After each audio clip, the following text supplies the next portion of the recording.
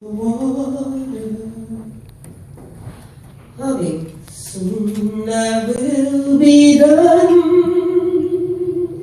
with the troubles of this world. As they nurse cuts, suffer from the pricks of cotton plants, moaning, oh, freedom, as they bore the sting of the pastor's whip. They sang about a freedom that many of them would never see, even after President Lincoln's release of the Emancipation Proclamation of 1863. Now fast forward your thoughts to about 40 years later. Slavery had long since been abolished, yet African Americans still had not been granted the right to vote. They walked sometimes rather than 10 miles to receive an education that would still be only a quarter as strong as their white counterparts. Our ancestors would pay more to sit in the worst sections of public transportation, the balconies of movie theaters, and the backs of white-only restaurants. We were finally allowed to defend our country, yet not alongside white soldiers. We'd broken into sports, and it would be another 20 years before Jackie Robinson, who was court-martialed as a lieutenant right here at Fort Hood, broke the color barrier in the major leagues. The Civil Rights Movement brought about more change, thanks to the bravery of the Little Rock Nine, the Greensboro Four, and other civil rights champions who marched for equality, schools, and the military were desegregated. Mindsets were changed, well, at least some of them were.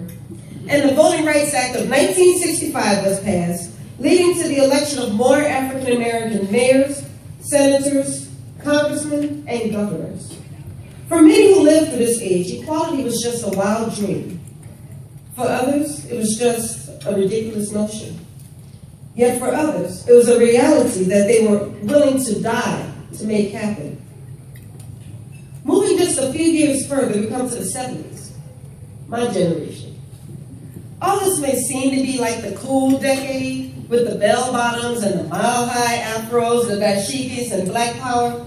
It is important to remember that it had been less than 6 years since Dr. King had been assassinated. It was less than just 10 years since the passing of the Voting Rights Act of 1965 and the Civil Rights Act of 1964.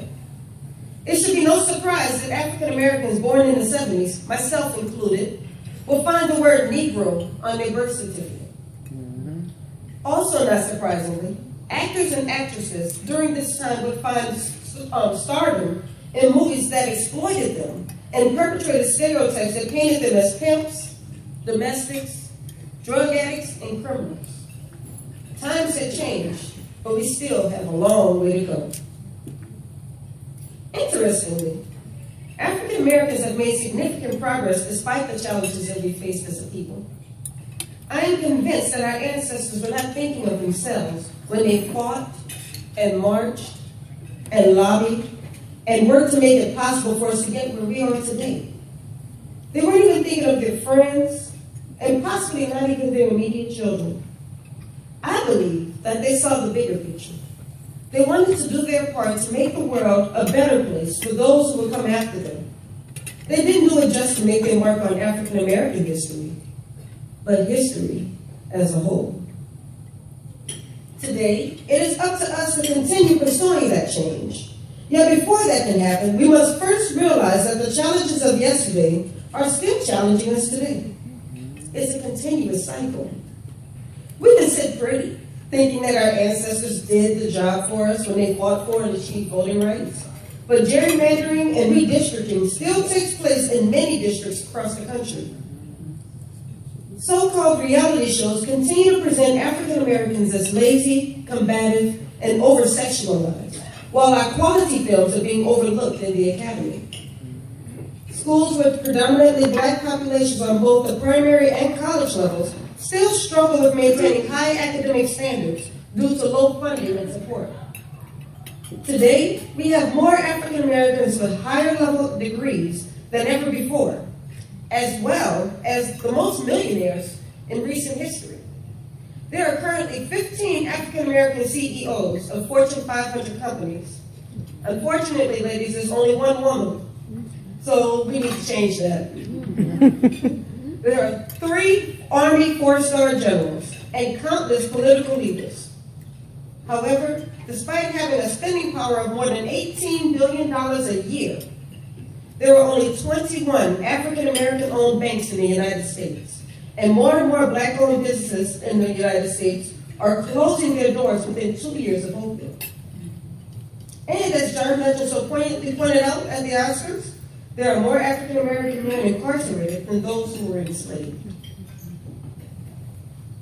I can't help but to think back on W.E.B. Du Bois's so-called talented 10, the group of exceptional men who would save the Negro race. Du Bois believed that the community needed to work to send only the best and brightest to college, because education teaches life and character, and only our best and brightest would uplift our race.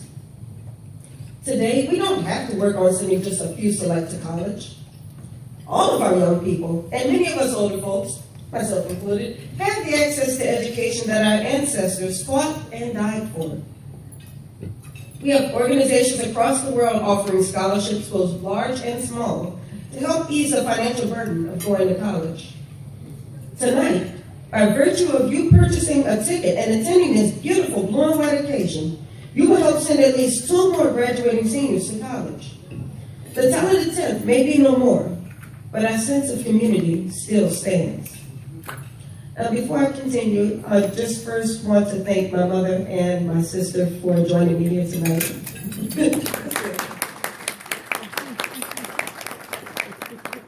It was a long drive, but I'm really glad that you're here with me. I also want to recognize there's so many of my sorors we served in so many chapters together. I've been a Zeta for a long time. And I've served with many of the people in this room, not just right here at Fort Hood. My daughter was born here at Fort Hood 15 years ago, and Shauna was my hospice at that time. But I have people here who I served with in Korea, in Germany, and it does my heart good to really see all of you here today, so I'm glad that all of you came today. All right, so I'm going to go ahead and continue. All right, it is important to remember that education does not end once we obtain the degree. We must never stop learning. In a speech I gave in Belgium last week, I mentioned that I learned to lift every voice and sing when I was 8 years old. I read Langston Hughes in high school and studied the Harlem Renaissance in college.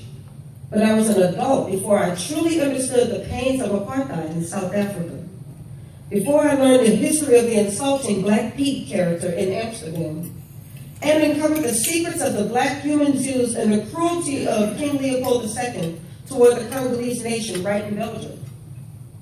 However, continuous learning is not just about knowing history or excelling in book knowledge. When we stay open to learning, it will help us recognize when the past repeats itself, as it so often does. I mentioned earlier how voting rights have been threatened. Underfunding has threatened our future scholars, and popular media has affected the image of African American men and women, and incarceration has outnumbered slavery. All of this has taken place right here in the 21st century. But that does not have to be the end of the story. We have the power to change our community. As college-educated, successful men and women, let's continue supporting literacy and mentoring programs that encourage the next generation to strive for more. I mean, organizations like the Sigma Beta Club, you guys are growing up to be outstanding young men. And it's because of the mentoring that you're receiving from Phi Beta Sigma and from many other people who may not be a part of the organization, but I applaud you for what you're doing. Now, as we talk about mentoring, let us continue to set the example. There is nothing sadder than a mentor who will tutor on one hand, yet proclaim that they don't read on the other. As our young people pursue their goals, let us help them understand why they are doing it. It's not just to get a great job, attend the parties, or even join a world-class organization whose colors just happen to be royal blue and white. Let us encourage them to be the next Ursula Burns, the next Barack Obama, the next John Lewis, the next Carol Moseley Braun, or even the next Shaka Zulu or Toussaint Louverture. Or maybe our heroes won't be famous, Maybe there will be the unsung heroes who will pave the way for our future heroes, like that special teacher, that encouraging parent, that inspirational mentor, or just a good friend who has the capacity of encouraging someone else.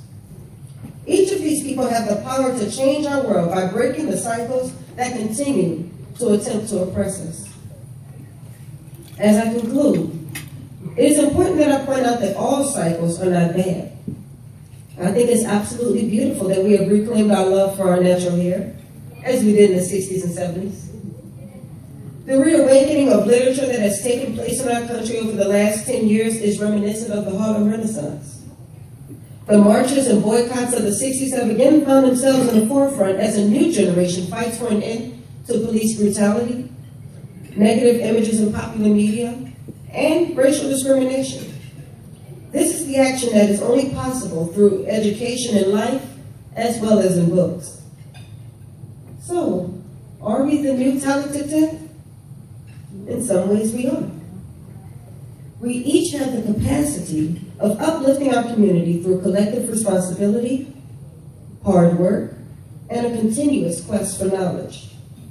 This is an exciting time for our current and future generations, and I thank you all for what you're doing to help inspire and motivate these generations to make a stronger, more effective world. Thank you.